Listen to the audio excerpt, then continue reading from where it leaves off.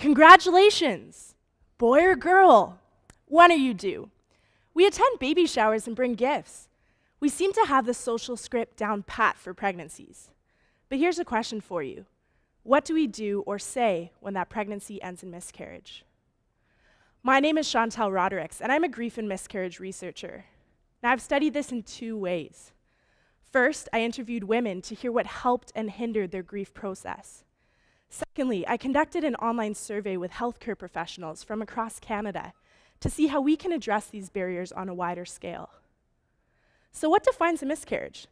A miscarriage is the unintended loss of a pregnancy at or before 20 weeks of gestation. 1 in 5 pregnancies ends in miscarriage, and this is going up by 1% each year.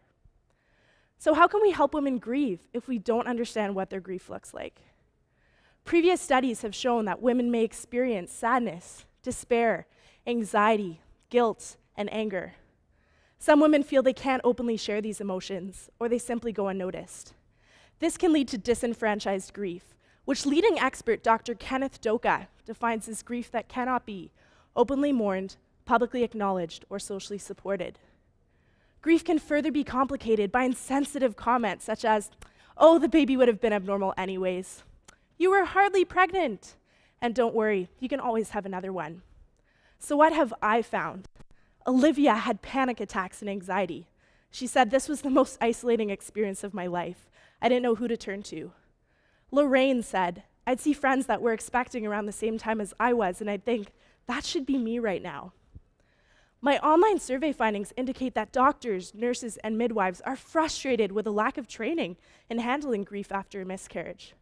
A lack of resources, being understaffed, and budget cuts hinders their ability to respond to these patients. However, connecting parents with resources, empathy, and validation from healthcare providers can positively change their whole grief journey. When we take the time to do this, it can really positively impact them with language like baby or child, rather than insensitive or cold terms like fetus or clump of cells. Above all, women want to be connected and supported by others. They need us. Though this child never said her first words or took his first steps, they are still loved, grieved, and missed. So what can we do? We can acknowledge miscarriage as a profound loss for parents. We can be that supportive friend, colleague, or neighbor who reaches out with care, empathy, and compassion. So the question is now, will you join me in supporting these women? Thank you.